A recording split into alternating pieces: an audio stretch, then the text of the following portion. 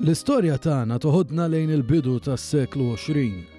F'Malta tal-bidu tas-seklu 20 kienu jgħixu ftit iktar minn 180,000 Malti u Awċi. 1000 biss kienu jgħidu li m'humiex Kattoliċi. 50,000 kienu jgħixu l-Belt Valletta u l-Kottonera. Mappa mħejjija mid-Dipartiment tax-Xogħlijiet turi lil Malta b'inqas bliet u rħula millum. Kienet Malta poplu maħkum mill-faqar, mill-miżerja, mill-mart, min-nuqqas ta' xogħol, mill-ġuħ u mill-injoranza. Talaba u prostituti ġġerrew ma' kullimkien. 3/4 tal-Maltin ma kinux jafu jikdbu jaqraw. Inqas minn nofs it-tfal li setgħu imorru l-iskola kienu fil-fatt imorru. Ħafna tfal kienu jaħdmu waqt li fl-irħula, tfal żgħar kienu jġorru mus u pipa fuqhom. 40% tal-familji kienu jgħixu fid-djar b'kamra waħda jew b'żewġ tikmamar. Il-ġurnata tax-xogħol kienet tkun ta' mill-inqas 12-il siegħa u kienu jaħdmu 7 ijiem fil-ġimgħa.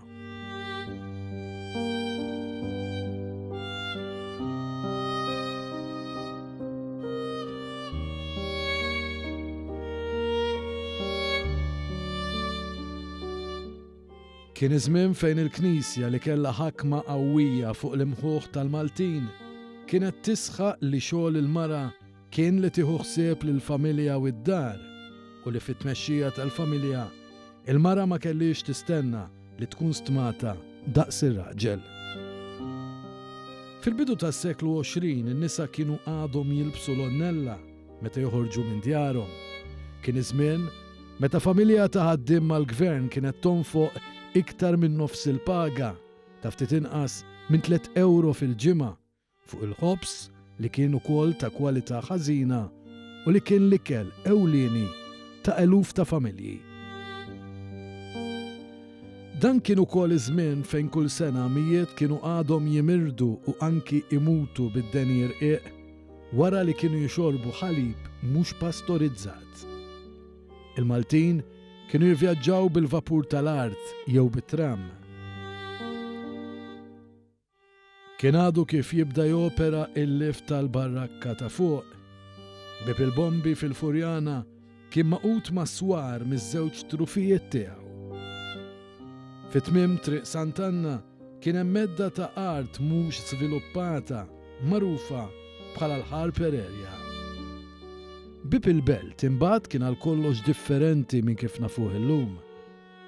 Din hija l-veduta li wieħed kien jara minn fuq Bib il-Belt.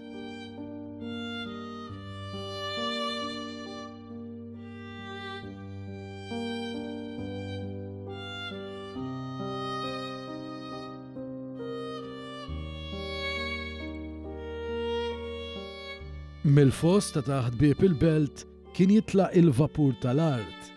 Kif tidħol il-Belt Valletta, kont issib it-Teatru Rjal fl-aqwa tiegħu.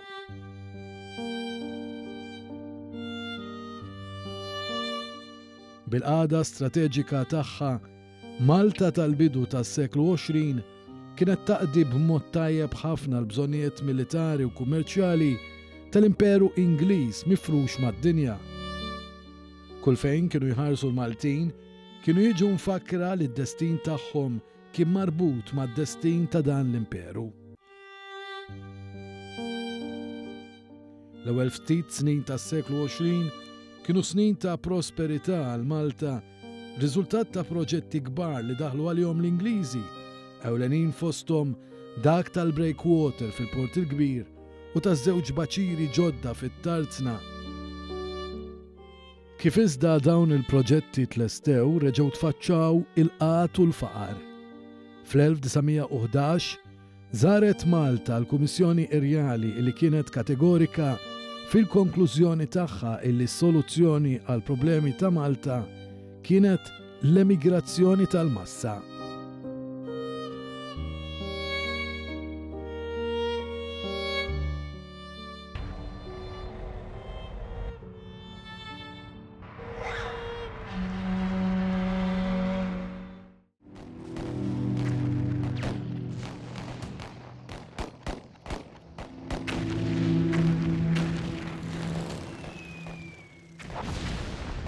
Għal 4 snin sħaħ bejn l-1914 u l-1918, eluf ta' soldati tqatlu bejniethom f'dik li baqgħet magħrufa bħala l-ewwel gwerra dinjija. Malta sabet lilha nnifisha bħala protagonista. Ir-rota ekonomika reġgħet bdiet iddur sew. Malta ħadet il-fama bħala l-infermiera tal-Mediterran, waqt li fostna kien hawn mijiet ta' priġunieri.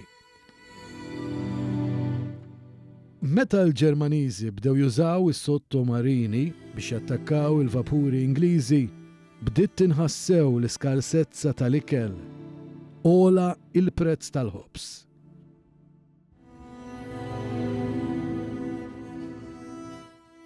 Fl-1917 sar l-ewwel strajk mill-ħaddiema tat-tarzna biex jitolbu żieda fil-paga. Kif beda joqrob it-tmiem tal-gwerra, fuq l-orizzont bdiet tidher it-teddida tas-sensi. F'dawn is-snin, is-sem tal-Maltin fit-tmexxija ta' pajjiżhom kien wieħed minimu għall-aħħar. Il-poter kien fidejn il-gvernatur.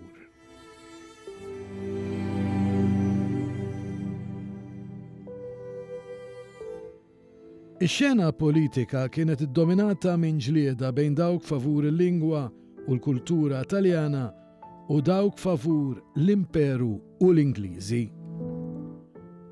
Dawn kienu wkoll is-snin li fihom għex Manuel Dimek.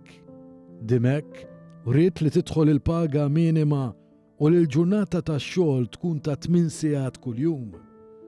Lin-nisa Maltin ridhom jemmnu li kellhom ikunu f'kollox daqs l-irġiel. Għal Dimek, Malta kellha tkun repubblika indipendenti bid-destin tagħha f'idejha.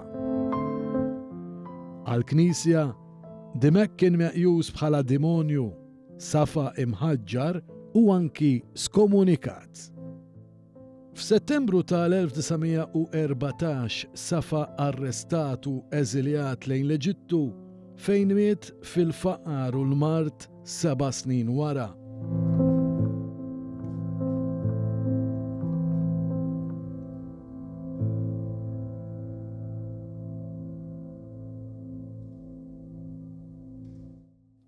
Ma' tmiem l-ewwel gwerra, il-Maltin talbu id-drittijiet politiċi ġodda.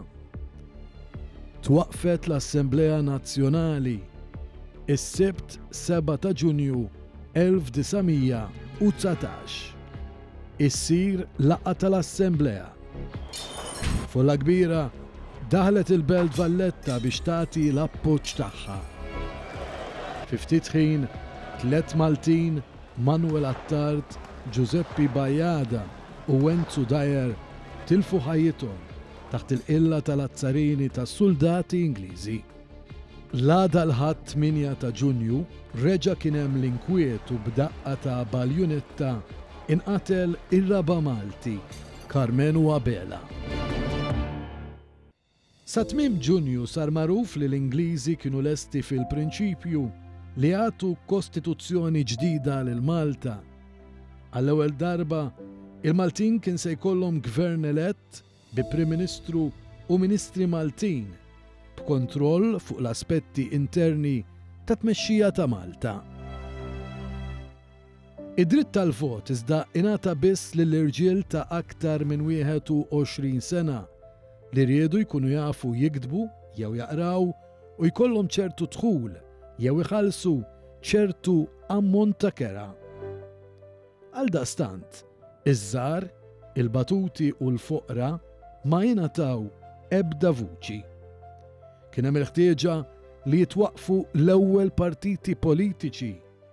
Dan huwa kuntratt iffirmat quddiem in-notar Paolo Carbonaro it-2 Ottubru tal-1920. Kuntratt li permezz tiegħu Lorenzo Cassar silef 300 lira lil Carmela Bencini, lil Michel Anġborġ u lil Antonio Xkembri sabiex flimkien ma' 10 persuni oħra huma waqfu il-Kamera del Lavoro, il-Partit tal-Ħaddiema, il-Partit Laburista. Il-Partit Laburista kien immexxi minn nies intellettwali bħal John F. Marks, Jose Orlando, Gino Muscatazzo Pardi, Censu Buġeja, Carmenu Zammit, kollha nies tajbin intellettwali, politiċi, kittiba u kellhom viżjoni għall partit u għall pajjiż. Sinifikanti wkoll li dawk li waqfu l-Partit tal-Ħaddiema għajr wieħed ma kinux ħaddiema dak li niftehmu aħna tradizzjonali. Kien hemm minnhom Benċini pereżempju benestanti, ddikjarat benestanti, ġifieri eża qed tgħix bir-renti. L-uniku wieħed li kien hemm ħaddiem tradizzjonali kien electrician, kien Zammit Ħemed li kien jaħdem it-tarsna. Imma l-bqija ma kinux u għaliex qed ngħidha di għax inti li tkun trid il-bidliet u tingħaqad biex twettaq bidliet mhux neċessarjament tkun ġej minn dik il-klassi li lilha trid ittella. Il-kuxjenza soċjali l-iktar li importanti. Il-Partit Laburista rid ikompli dak li kien beda Manuel Demek. Il-Partit Laburista wiret lil Manuel Demek. Manuel Demek, il-Partit Laburista sab fid-Demekjani l-aġna lesta bħala attivisti ġo fih. Demekjani kienu lesti, Demekjani ma tant nagħtuhom kreditu, ma d-Demekjani kienu n-nies li kitbu mal-ħitan qabel is-7 ta' Ġunju 1919 kulħadd tal-belt. Il-Partit Laburista ikkommetta lilu nnifsu li jiġġieled lill-litterizmu li jaħdem favur l-edukazzjoni obbligatorja li għaddi liġi dwar il-kurrimenti tal-ħaddiema, oħra dwar il-pensjonijiet u liġi li tirregola il-kera. Tkellem dwar il-ħtieġa li jkun miġġielet il-qatt, dwar il-possibilità li tiddaħħal l-income tax u favur it-talim tal-ilsim Malti. Kienet għadha kif spiċċat l-ewwel gwerra dinjija. U l-ewwel gwerra dinjija ġabet magħha taqlib kbir anke fl-Ewropa meta bdew jaqgħu imperi sħaħ. Kellek ir-revoluzzjoni fir-Russja. U allura u kellek taħwit ieħor, kellek taqlib ieħor għaddej. U allura għaw Malta meta twaqqaf il-Partit Laburista sab lil kulħadd kontrih. Sab lil kulħadd kontrih għax kulħadd kien konxju x'qed jiġri fl-Ewropa. Kulħadd kien konxju xi jfisser Partit Laburista, kulħadd kien konxju li Partit Laburista jfisser bidla, kulħadd kien konxju li dan se jġib bidliet li permess tagħhom se jifrex iktar allura l-poter. It-triq iżda kienet waħda tela. U ma kienux żminijiet faċli għax inti li twaqqaf Partit tal-Ħaddiema meta l-ħaddiema ma kellhomx vot ifisser li ma tantx stajt tmur il-qudiem wisq. Fl-ewwel elezzjoni ġenerali li qatt saret f'pajjiżna, il-Partit Laburista kiseb ftit inqas minn kwart tal-voti u minn 32 deputat eleġġa 7. Lejn nofs is-snin 20 beda jinbet il-ħsieb li f'Malta ikun imfakkar l-ewwel ta' Mejju.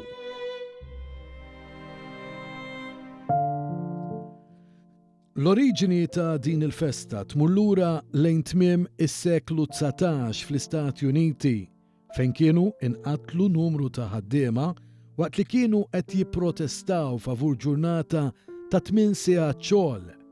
Bda jimxi l-ħsieb, speċjalment fil-każin Laburista tal-Isla. Kien mexxi minn John F. Marks, illi kien jemmen ħafna illi l-ewwel ta' Mejju għandu jkun dikjarat jum il-ħaddiem. U Marx beda jikteb fil-Kotra, fil-Felu, kullu kien beda jikteb fil-ħmar. Anke taħt non-diplom differenti, taħt ismijiet differenti, jikteb u jwassal il-messaġġ tiegħu. L-Isla kien wieħed mill-iktar każini kien hemm l-imsida, imma l-iktar wieħed mill-iktar organizzati kien tal-Isla. Kien iservi ta' skola wkoll, hemmhekk kienu jsir it-tagħlim. Il-taraġġ kien kollu inkwatri ta' nies li ħadmu għal Malti. Mill-ewwel der li l-idea li l-Partit Laburista jiċċelebra l-ewwel ta' Mejju kienet sessi b'oppożizzjoni. Kellek sitwazzjoni fejn il-Knisja biex il-Knisja ta' Ruma, il-Knisja tal-Vatikan, kien iddikjara il-Rerum Novarum, l-enċiklika ta' Papa Iljun 13, li kienet ħarġet fil-15 ta' Mejju tal-1891, sentejn wara li beda jiġi ċelebrat l-ewwel ta' Mejju bħala jum il-ħaddim f'Pariġi bil-Internazzjonali Soċjalista dan il-Knisja bdiet tir-Italja toħroġ bl-ideat tagħha biex iżżomm lill-fedili tagħha mhux aljenati ngħid jiena l-kelma jimxu wara t-tagħlim tal-Papa.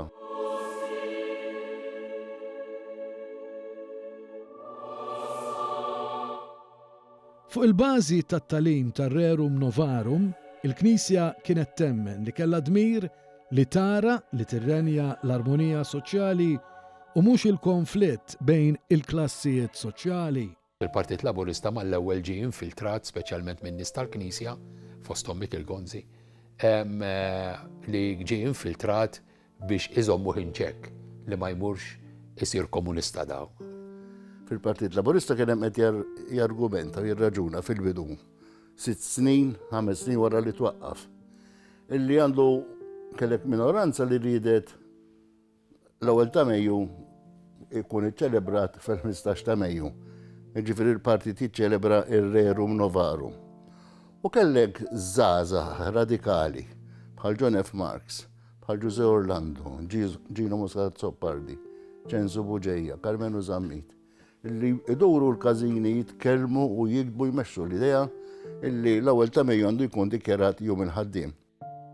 Lejn tmiem April tal-1926 Deravis iħabbar li fl-4 ta' Mejju fil-każin tal-Partit Laburista fl-Isla kienet se tkun iċċelebrata għall-ewwel darba il-festa tal-ewwel ta' Mejju.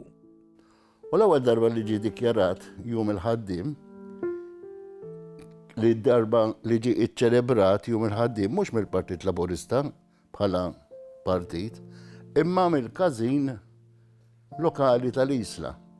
U saret laqa kbira, diskorsi, preparati, nies u attendew mijiet ta' nies għal dak l-ewwel darba. Mbagħad għandek it-27 baqgħu jiċċelebraw it-28 u fil-1929 il-Partit Laburista iddikjara l-ewwel ta' Mejju bħala jum il-ħaddiem. Il-Partit Nazzjonalista sejjaħ lil dawk li marru l-Isla bħala qarrieqa u parti mir-rivoluzzjonarji internazzjonali.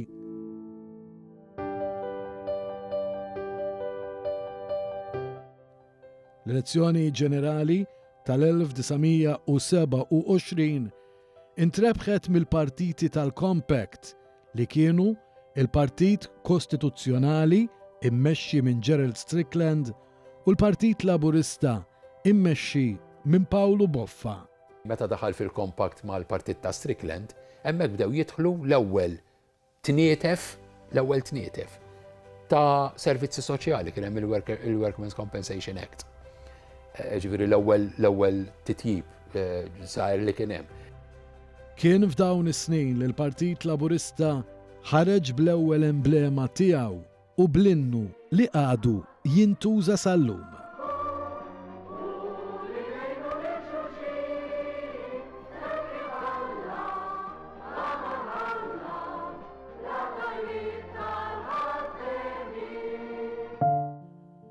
Fl-1930 kien imiss li ssir elezzjoni oħra.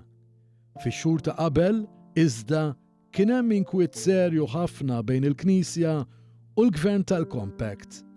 Ma sintendi mbagħad kellek l-alleanza storika f'Malta bejn il-Knisja ta' Malta u l-Partit Nazzjonalista li opponew bis-sħiħ it-tifkira tal-ewwel ta' Mejju bħala jum il-ħaddiem. U kulmunat mbagħad laħqet il-qofol tagħha din it-tilwima fl-ewwel ta' Mejju tal-1930. Dakinhar il-Partit Laburista beda jissaħħaħ Fis-sena ta' qabel inkiteb l-innu tiegħu u ġie deċiż li l-innu tal-Partit Laburista ħindaqqa l-ewwel darba f'Bormla fl-ewwel ta' Mejju tal-1930. Il-Knisja li kellha saħħa kbira dak iż-żmien fuq il-ċittadini irreaġixxiet billi l-Arċisqof Mawru Karwana fl-ewwel ta' Mejju 1930 niżel Bormla. U niżel Bormla bit-tifħir, bit-tixrid tal-bandiri tal-Papa u kliem sintendi kontra il-ċelebrazzjoni tal-ewwel ta' Mejju bħala jum il-ħaddiem. Ar minn hekk kienet id-direttiva li ħarġet il-Knisja għall-elezzjoni li kienet risqa. Peress li l-Labour Party, il-Partit Laburista, kien f'koalizzjoni fis-snin ta' qabel mal-Partit Kostituzzjonali ta' Gerald Strickland. Strickland ukoll kellu l-viżjoni tiegħu għall-pajjiż, ħafna ħaddiema kienu jimxu warajh ukoll. Imma il-Knisja mbagħad iddikjarat li jkun grupp mejjed jekk tivvota lill-Partit ta' Strickland u l-alleati tiegħu. L-alleati tiegħu kienu il-Partit Laburista. F'dawn iċ-ċirkustanzi mill-aktar diffiċli il-Partit Laburista baqa' jfakkar l-ewwel ta' Mejju. Dan huwa l-programm taċ-ċelebrazzjoni tal-ewwel ta' Mejju għall-1932 li kienet saret fit-Teatru ta' St. George f'Bormla. Kien jinkludi il-kant tal-innu mit-tfal, is-sem tal-banda tal-Kumitat taż-Żejtun, reċta, qari ta' poeżiji dwar l-ewwel ta' Mejju u dwar l-innu Malti u diskorsi politiċi. L-1933 kellha tkun sena diffiċli ħafna għall-Partit Laburista. L-akbar daqqa mbagħad li l-Partit Laburista kienet meta fin-1933 il-pulizija intbagħtu jfittxu fid-djar ta' dawn l-intellettwali soċjalisti għal letteratura sovversiva. Sa din letteratura sovversiva kienet Tolstoy, D.H. Lawrence, letteratura li tixtira fuq il-mantal-ħwienet għal dawn l-aħħar snin. Imma dawn iż-żgħażagħ kien hemm fosthom Jose Orlando wkoll intbagħtu il-ħabs għax kellhom il-letteratura soċjalista, letteratura progressiva. U wara mbagħad din it-tfittxija u batuhom il-ħabs il-famusa każ ta' sedizzjoni. Il-ġurnali kollha għandru page 1, il-berqa li kienet toħt it-Times bil-Malti, ir-ritratti fil-qorti ta' dawn is-sitt ħaddiema intellettwali li kollu min kien jistampa, min kien ibeħħi l-kodba, hekk kienu jaqalaw lira daw. U daw f'daqqa waħda ingħataw il-pina tal-ħabs u għal minn hekk tilfu x-xogħol tagħhom u wkoll saru skerzi soċjali għax is-soċjetà mbagħad ma bdietx taċċettom.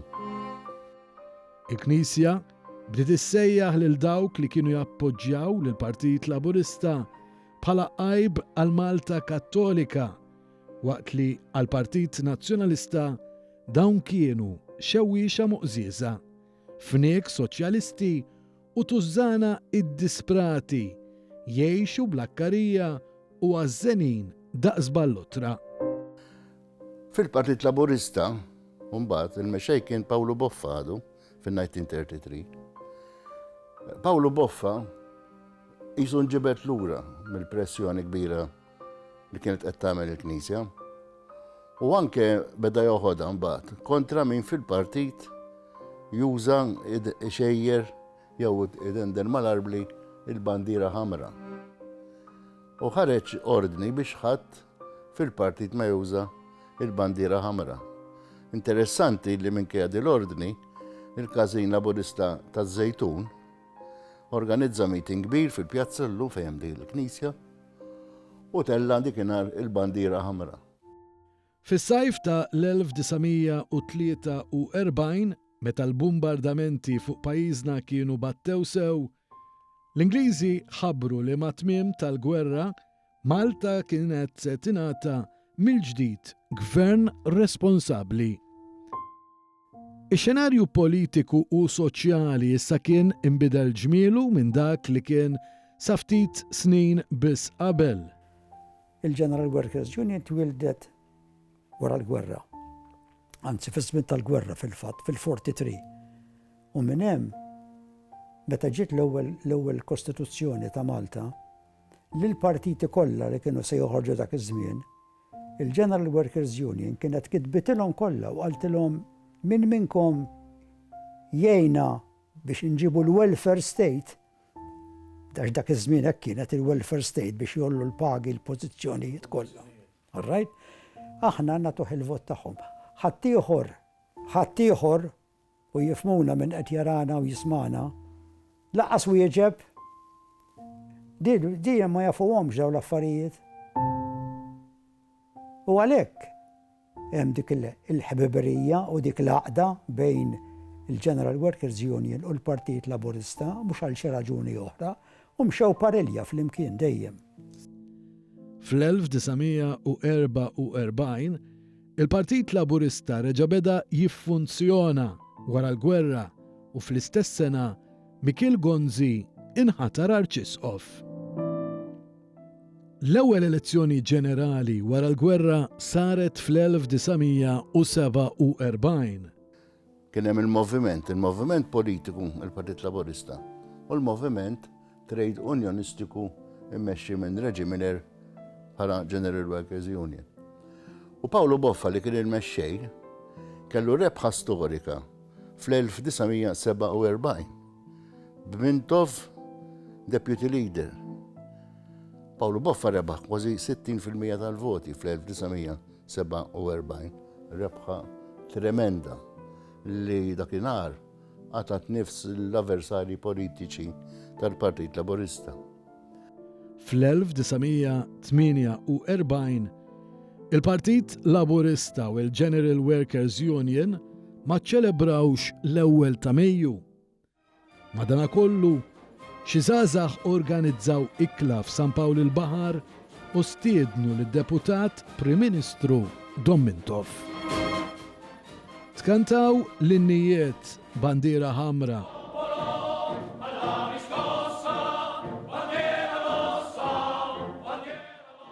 U l-Internazzjonal.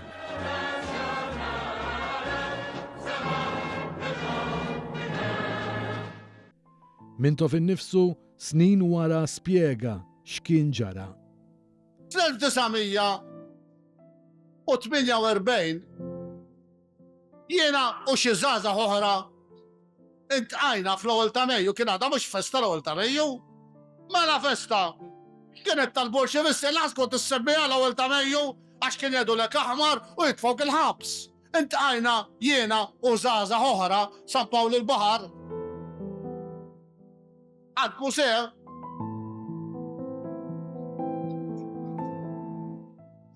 Beda tqajna hemmhekk, tant għamu affarijiet li Boffa riedni. Boffa, il-Prim Ministru dikinhar, jien kont il-number 2 dikinhar. U kien il-number 1. Għall-isma għalli jeħtieġ għal-moviment tal-ħaddiem inti tagħmel apoloġija fil-Parlament u tikkundanna dawk iż-żgħażagħ. Niġihom qed lien nikkundanna. Jien kont wieħed minnhom. Mhix li nikkundanna. Nikkundanna, se nikkundanna lil-nifsien.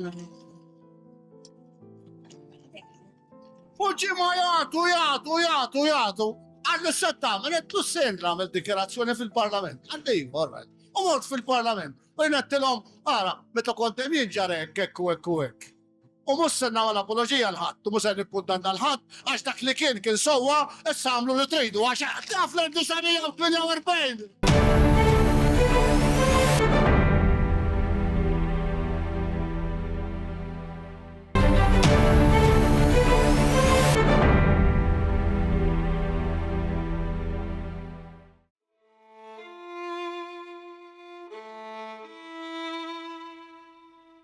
Is-snin 50 kienu snin fejn kien għadu jispikka il-faqar. Richard Matrenza kien għallim ħażebbuġ. Il-faqar li kienaw kienet xi ħaġa twerrurek. La in-nuqqasijiet kbar kienu jagħġbuk. Biżżejjed ngħidlek, l-iskola kienet bejn 11:30 u s-satej. Għandek break. Niftakarni nara tifel xkora taħt qabtu. Jaqbad il-karozza, jien kont noqgħod il-ħamrun dak iż-żmien. Jaqbad il-karozza tal-Lidja, wara xi bejn għattu kien jismu Lippu. Ħażebbuġ jekk tajt Lippu nofs ir-raħa li jħorek jiġri. X'taħseb li kien jagħmel? Kien jimur jiġbor iż-żibel.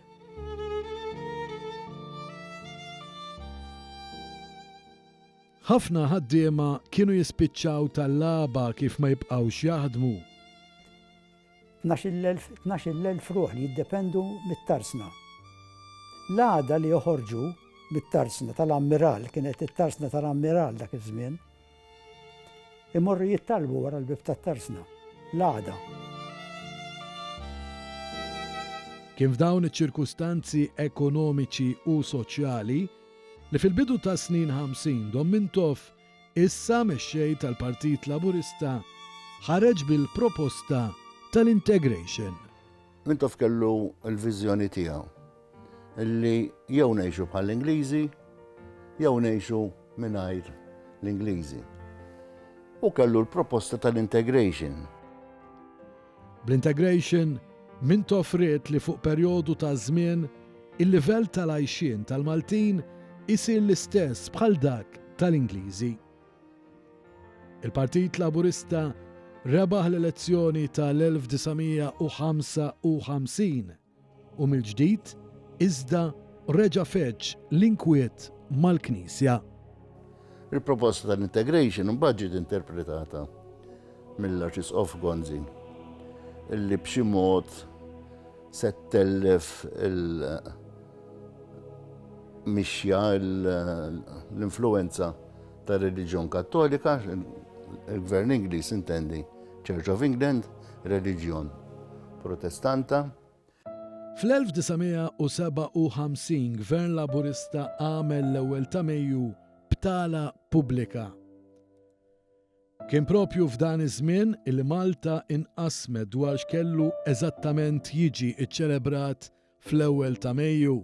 Imbagħad il-Knisja ta' Malta u l-avversarji politiċi tal-Partit Laburista iddendlu mal-slogan li kien ħoloq Piju 12, il-Papa Piju 12 fl-1955.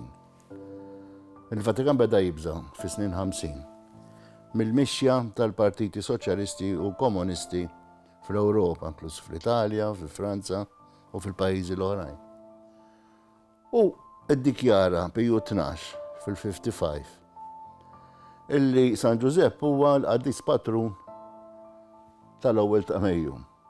Allura kelli kumbat din il-pożizzjoni li ġiet importata minn Ruma u Malta fi-1956 ġie ċelebrat mill-Knisja Kattolika ta' Malta beluf kbar ta' nies fuq il-Fossos tal-Furjana il-festa ta' San Giuseppe ħaddiem. U mislim 50 minn nofs il-ħamsinijiet. Il-qoddim bdiet din ix-xizma tal-ewwel ta' Mejju. San Giuseppe ħaddiem u l-festa ta' Jum il-ħaddiem. Sintendi l-Partit Laburista kien iċċelebra Jum il-ħaddiem u l-Knisja mbagħad tiġbor l-avversarji tal-Partit Laburista biex jiċċelebraw San Giuseppe ħaddiem.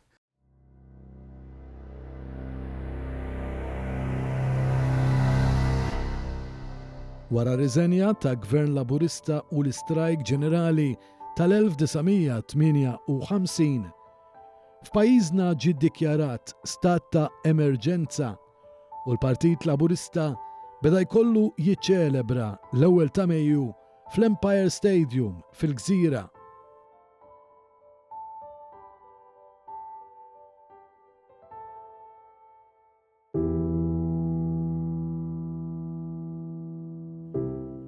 Is-snin 60 kienu snin diffiċli ħafna, kienu snin tal-indipendenza. Fuq naħa kien hemm problemi ekonomiċi kbar beluf kostretti iħallu art welidhom u fuq in-naħa l-oħra kien hemm l-intolleranza, id-dnub il-mejjet, l-interdett, iż-żwiġijiet fis-sagristija u tfin fil-miżbla. Fis-60s sifru 70,000 ruħ kemm l-Awstralja, l-Amerika u l-Ingilterra. 70,000 ruħ. Bil-familji b'kollox għax ma kienx hawn opportunitajiet ta' xogħol. Il-Ministru responsabbli mill-emigrazzjoni jitla fuq l-ajruplan jew meta bdew ġejjin l-ajruplani biex jeżiljawhom f'pajjiżi oħrajn kbar, biex jgħidilhom saħħa. Minflok noħolqu x-xogħol biex in-nies jaħdmu Malta biex naħdmu u nkabru l-ekonomija tal-pajjiż. Kont noqgħod jien meta kien għadni żgħir, kelli xi 10 snin. Kien hemm familji ma' ġembna sifru bit-tfal b'kollox. Ħol mara tiegħi.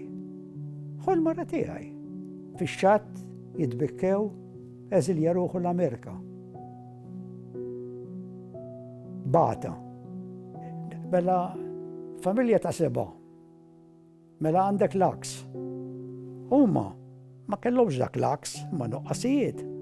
Il-mara tiegħi tgħidli jiena li għandha 90 sena l-mara tiegħi llum jiena dawna banana, nofs banana żgħira bejniethom.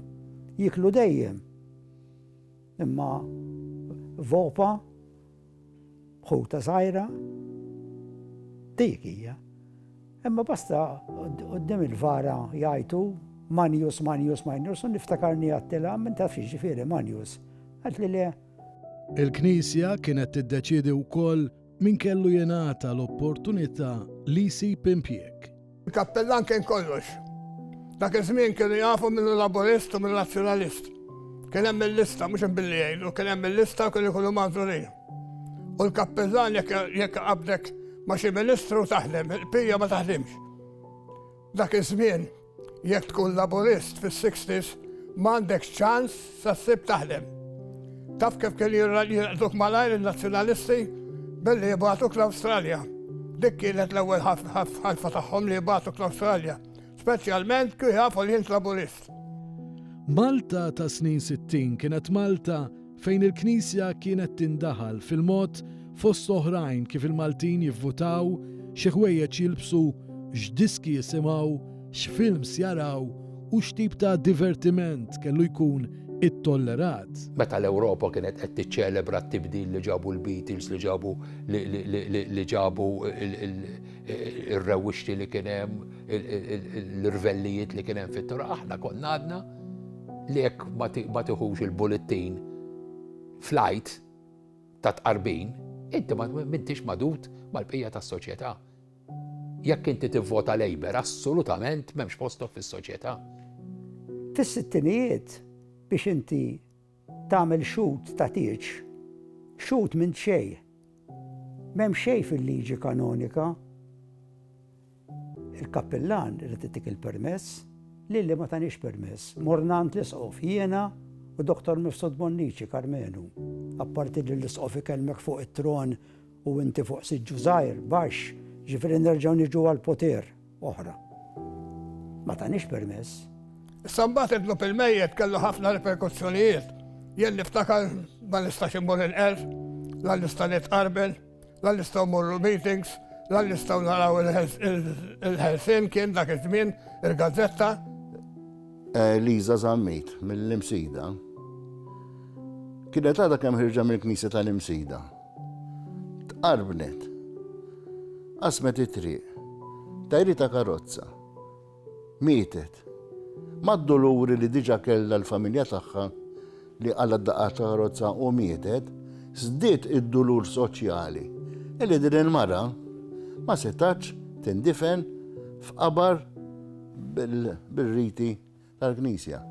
Jiena niftakar, per eżempju, membri tal-Parlament tal-Labour Party iżżewġu s-sakristija, stafraċ, li wieħed mikallef stafraċ, iżżewweġ fis-sakristija. Għax ma ħallex iżżewweġ fuq l-artal, għax kien kandidat laburista. Minkejja kollox, il-Partit Laburista baqa' jiċċelebra il-festa tal-ewwel ta' Mejju. Fis-sittinijiet, il-Partit Laburista ma kienx jista' jorganizza l-ewwel ta' Mejju fil-belt għax il-permess kien jingħata lill-Knisja li kienet tmur fuq il-Fosos tagħmel il-festa ta' San Ġusepp Ħaddiem.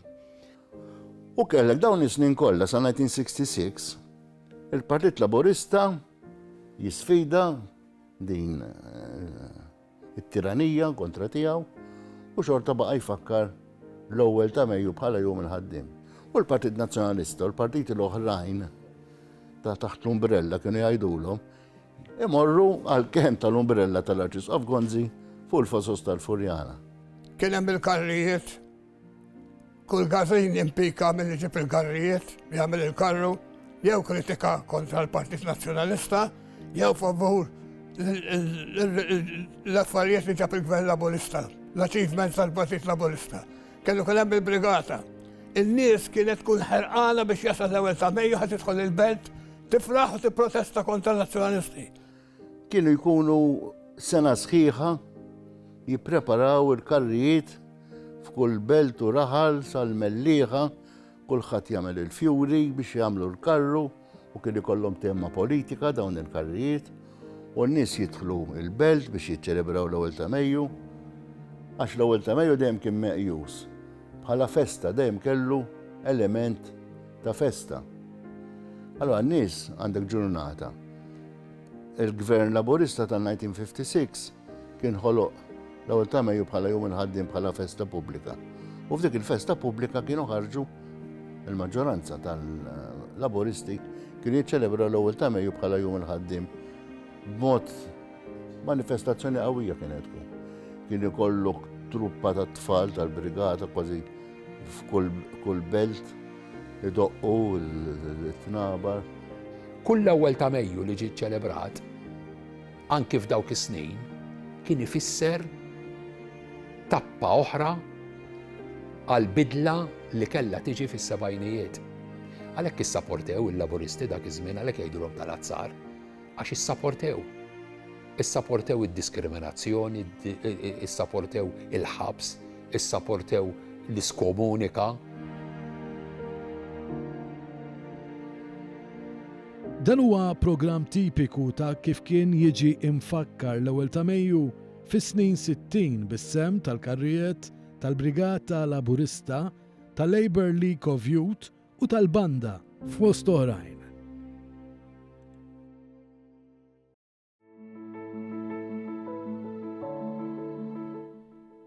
Iċ-ċelebrazzjoni tal-1970 kienet waħda speċjali għax kien qiegħed jiġi imfakkar il-50 sena mit-twaqqif tal-Partit Laburista. Is-snin 70 imbagħad kienu is-snin ta' Malta Repubblika u Malta Ħielsa. Kienu wkoll is-snin li ġabu magħhom sensiela ta' kisbiet li għadhom magħna sal-lum il-ġurnata. Meta bdiet is-saħħa il-General Workers Union, ġifieri fis-70s, bdew l-affarijiet jinbidlu. Il-Peretmentov u l-General Workers Union ħadmu flimkien u ġabu ħafna kondizzjonijiet aħjar mill-li kienu fis-60s.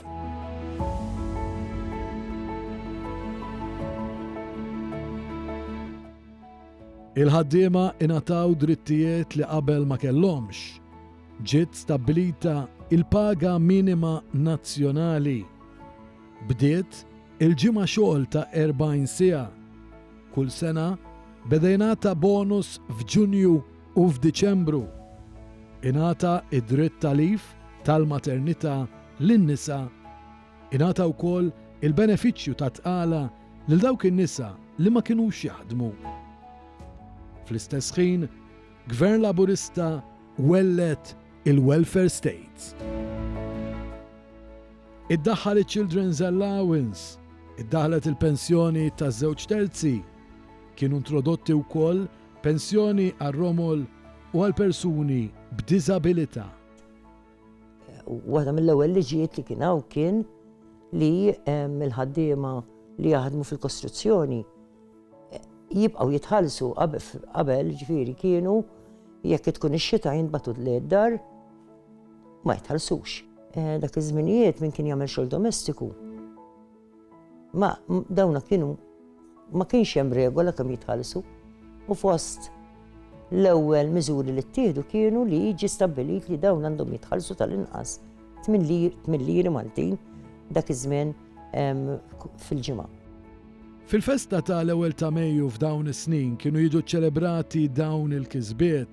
Ħafna drabi l-ewwel ta' Mejju kienu jkunu fis-sebgħinijiet u fit-tminijiet meta allura il-Partit Laburista kien fil-gvern.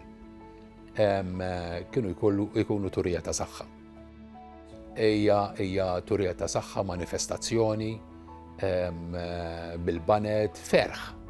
U kienu jkunu imma id-diskorsi ta' Mintoff li kienu jisiru kienu appuntu jispjegaw għaliex l-ewwel ta' Mejju.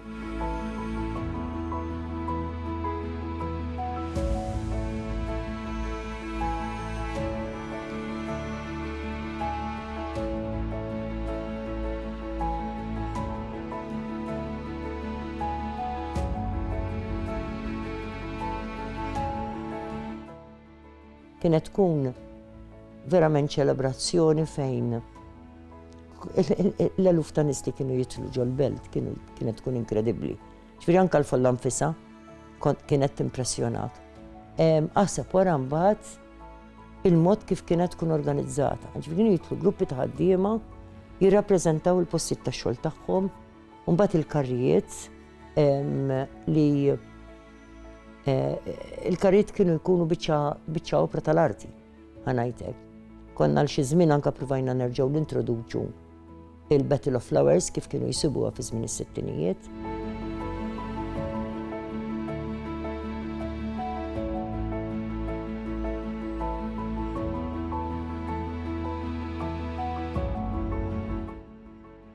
Kien hemm il-karrijiet, kull gazin impika minn iġib il-karrijiet, jagħmel il-karru, jew kritika kontra l-Partit Nazzjonalista, jew favur l-affarijiet li ġab il-Gvern Laburista, l-achievements tal-Partit Laburista. Kellu kien hemm il-brigata. Il-nies kienet tkun ħerqana biex jasal l-ewwel ta' Mejju ħadd tidħol il-belt, tifraħ u tipprotesta kontra n-nazzjonalisti.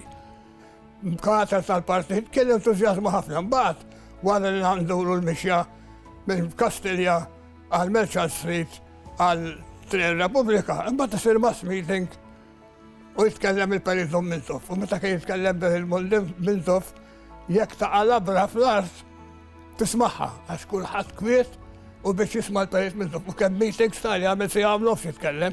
Din hija l-festa tas-soċjalisti tal-ħaddiema tad-dinja kollha. F'din il-festa il-ħaddiema jiftakru fil-ġrajiet tal-imoddi, jiftakru kif ħutom tal-imoddi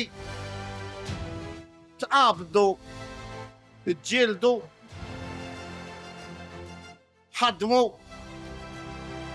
biex jibdlu dinja fejn min kellu s-saħħa kien juża biex jaħqar lill-proxmu tiegħu biex jibdlu dinja ħalli kemm jista' jkun il-bnedmin jgħixu bħall-aħwa.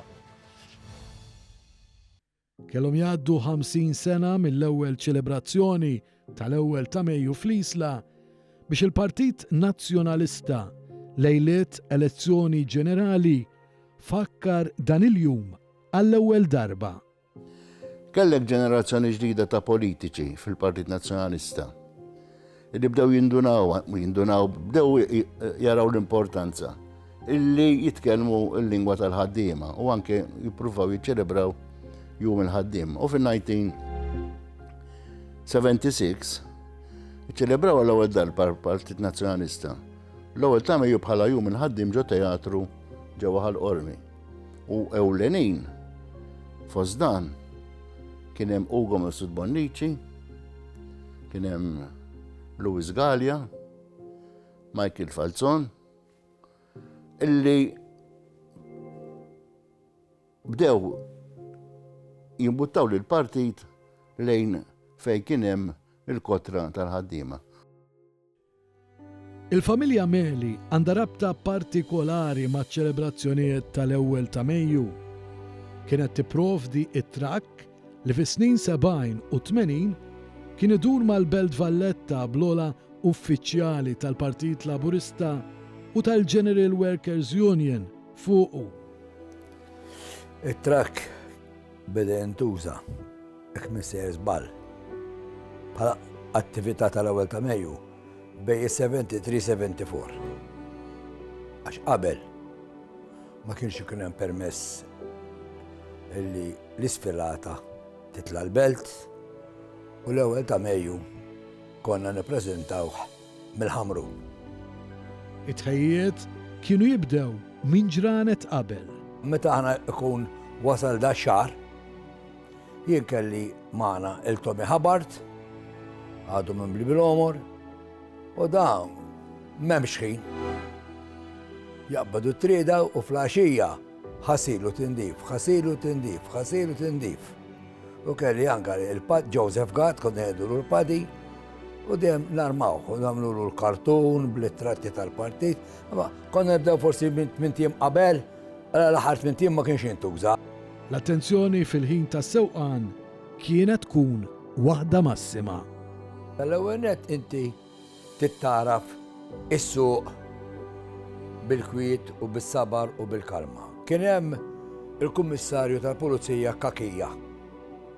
U aħna konna drajna sewu bit-trak, għax meta tgħid inti minn wara l-palazz nieżel minn strada Merkanti dik, tinżel minn strada Merkanti l-isferek. Mbagħad tiġi wara l-Parlament biex iddur hemmhekk. Kien ikun hemm il-Kummissar tal-Pulizija, mhux biex jaraw lilna biex javvetaw in-nies għax hemmhekk x'kien niġu biex induru. Mal-kantuniera tan-naħa tax-Xelluk. Fimt? It-trakk kien ikollu spazju ta' 3 portieri mal-ħajt biex idur. Amma dejjem konna kapaċi li ndawruh mill-ewwel, m'għandux nieħdu lura u l-qudiem lura u qudiem, għax it-trakk ikun fidejk, tkun taf x'distanza trid, u bakk meta konna ngħaddu kien hemm il-Kummissarju jagħmel leħtejnek, morna tajjeb u tibqa' dejjer. Carmenu Meli rakkonta użanza ta' Domintov waqt li kien ikun fuq it-trakk. Jiena bħala Carmenu Meli kelli triq sewwa mal-perit. Ma kienx għax anke kien iġib it-termos kien ikollu l-qoffa. Jien minn ġal gabina milli hemm li dartejnek, għandna urru ta' kafe. Għax kien iġibu kellu termos, niftaħ it-termos, nimdu l-kappa u n-nawelilu. Il-gabina fuq is-saqaf kellha bjuba tinfetaħ. L-ewwel ta' Mejju kien infakkar ukoll fis-snin 80 meta l-Partit Laburista kien immexxi minn Carmenu Mifsud Bonnici b'manifestazzjonijiet kbar fit-toroq tal-Belt Valletta. Dak ta' Mifsud Bonnici dedikajtu wkoll għall-ħaddiem, ġifieri anke jekk tares miż-żożija tiegħu. Kien fl-aqda ħaddiem ansara, ġifieri il-ħaddiem kien il-missjoni ta' ħajtu. Jiena niftakru anke meta kien fi trade union, anke meta kien jinqala kwistjonijiet industrijali. Carmenu Mifsud Bonnici kont isibu hemm mal-ħaddiema. Fl-aħħar snin il-Partit Laburista baqa' jiċċelebra l-ewwel ta' Mejju, kemm meta kien fl-oppożizzjoni u kif ukoll meta kien fil-gvern. Fil-waqt li l-iskop ta' ċelebrazzjonijiet dejjem baqa' l-istess, l-attivitajiet ġew aġġornati ma' żminijiet. Joseph Buġeja, Segretarju Ġenerali tal-General Workers Union, jitkellem dwar il-kisbiet li għamlu l-ħaddiema mill-2013 lil hawn. Meta inti għandek fl-2013 tlaqt meta tal-Gvern Laburista ġdid u kien hemm 7,000 ruħ qiegħda issa Maltin. U mbagħad inti llum il-ġurnata għandna il-qatt huwa ineligibbli m'hemm xejn. Fl-2012 għal kull xogħol kien hawn 7 ħaddiema jiġru warajh. Illum il-ġurnata għal kull ħaddiem għandek 7 xogħlijiet vaganzi li jista' jażel minnhom. L-aħħar snin kienu wkoll snin li matulhom eluf ta' nisa sabu l-opportunità li joħorġu jaħdmu. Waħda mill-affarijiet li sebna anke fl-2013 kienet li l-parteċipazzjoni femminili fis-suq tax-xogħol kienet waħda mill-iktar baxxi. It-trasformazzjoni Making Work Pay kienet tant kbira, il-miżura tal-childcare tant kienet kbira li il-preżenza femminili fil-postijiet tax-xogħol żdiedet u għoliet u qabżet mhux biss il-medja Ewropea, imma hija t-tieni l-ikbar parteċipazzjoni minn fost il-membri tal-Unjoni Ewropea kollha. Jien meta nkun barra nkun qed nitkellem, ngħidilhom aħna nibdew nitkellmu jekk inkunu trade unions kollha fuq iċ-childcare. U ngħidilhom aħna tagħna b'xejn iċ-childcare kollu. Qegħdilna b'xejn. Ngħidilhom hija b'xejn. Jekk qegħdin nitkellmu dwar it-tariffi tad-dawl u ilma tal-fuel, aħna din għadna tinħallsu. Il-kontijiet li konna nħallsu fl-2014 wara li kienu roħsu b'25%. Illum għandna 2025. Il-ħidma tal-General Workers Union flimkien mal-impenn li kellhom gvernijiet laburisti sa mill-2013 il-qudiem ħallew il-frott. Waħda mill-affarijiet li tkellimna kien gvern laburista li tkellimna dwar il-minimum wage kienet ilha 27 sena ma tiżdied. U fl-2017 konna bdejna diskussjonijiet intensivi biex din tibda tiżdied u daħħalna mekkaniżmu fej kull 4 snin tiżdied qabel ma daħlitu l-Unjoni Ewropea. L-Unjoni Ewropea is-sena d-dieħla tittamel direttiva li tidħol fis-seħħ l-Adequate Minimum Wage Directive. Għalinna mill-2017 kien daħal mekkaniżmu baqgħet tiżdied dejjem fid-disajnijiet, baqgħet tiżdied dejjem bil-cost of living adjustment, bir-rata inflazzjonarja. Baqgħet dej fl-2017 u mbagħad il-lonċajnja kien sar ftehim u iffirmajna l-isħab soċjali kollha flimkien mal-gvern biex initiet u s-sena l-għaddiet reġa' żdiedet għal darb'oħra biex tkompli tiżdied għall-4 snin li ġejjin. Tinsiex aħna tlaqna mill-punt li l-Workers Union kien tagħmel ġlieda għal dawk il-festi pubbliċi li kienu jaqgħu s-sibtu l-ħadd u l-Gvern Nazzjonalista kien neħħihom. U mbagħad bdew jingħataw bil-mod sakemm reġgħu jingħataw kollha. Li taħt gvern laburista tiftakar inti meta bdejna nitkellmu l-ewwel union li bdiet titkellem dwar il-prekarjat. U kienu jgħidulna di ma teżistix ta' di mhux vera, tuna definizzjoni tagħha. Matul iż-żminijiet rajna l-abbużi li kienu qed isiru fuq il-pagi u l-gvern intervjena u qal il-ħaddiema tal-kuntrattur li ħadu servizz li ħajkollhom il-paga bażika li għamilna. Għalina ma kienx biżżejjed u bqajna nirsistu li jkollhom l-istess paga u l-istess benefiċċji xi ħaġa li daħlet issa tal-equal pay for job of equal value.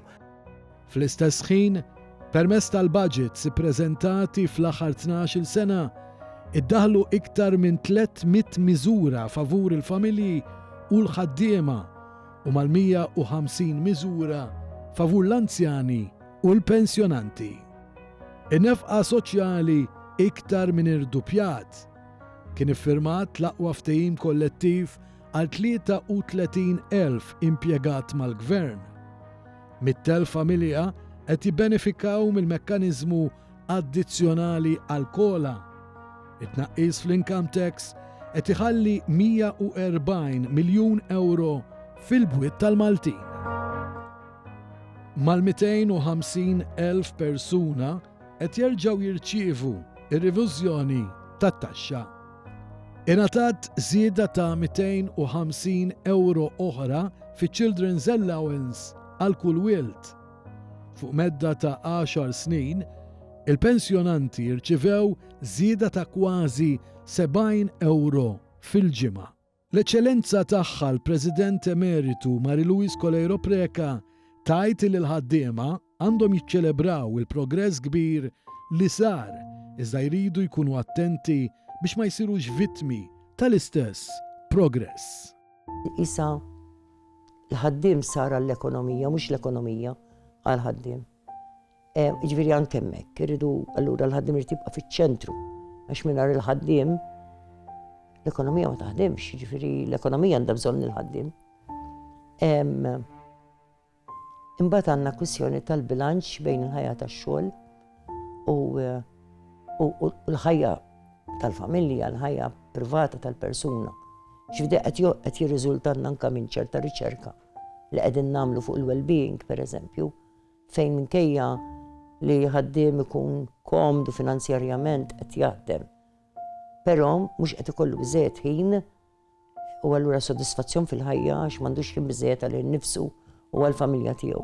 U hemm affarijiet oħra li rridu nikkunsidraw li għandna tfal li ta' ftit ġimgħat qed ikunu mill-ewwel fiċ-child care centers u jitħallew hemm għal ċertu ħin twil u allura hemm il-problema tal-attachment. Il-problema tal-attachment li huwa tant fundamentali għall-iżvilupp sħiħ ta' tfal tagħna. Irridu wkoll naħsbu ftit iktar qabel minn meta insiru ħaddiema li nassiguraw li t-tfal u żgħażagħ tagħna l-investiment li qed nagħmlu fl-edukazzjoni rendi biżżejjed biex dawn iż-żgħażagħ meta jiġu fl-età tax-xogħol u fil-mument fejn jistgħu jitlu fis-suq tax-xogħol ikollhom l-skill set li għandhom bżonn. Mario Kutajjar jitkellem dwar episodju partikolari illi fi kliemu jissimbolizza il-bidla li rappreżenta il-Partit Laburista. Jien niftakar li waħda mill-isbaħ esperjenzi li kelli fil-gabinett ta' wara l-2013 meta kont kap ta' Servizz Pubbliku Segretarju tal-Gabinett kienet meta ġie każ ta' persuna li bidlet is-sess tagħha u għaddewha minn martirju biex tirreġistra dat-tibdil. U saħansitra baqgħet sejra quddiem il-Qorti Ewropea ta' Drittijiet tal-Bniedem. Meta telat quddiem il-Gabinett, niggarantilek, laqqas damet 5 minuti d-deċiżjoni. U għalija dik tfisser il-bidla kollha. Bidla tal-attitudni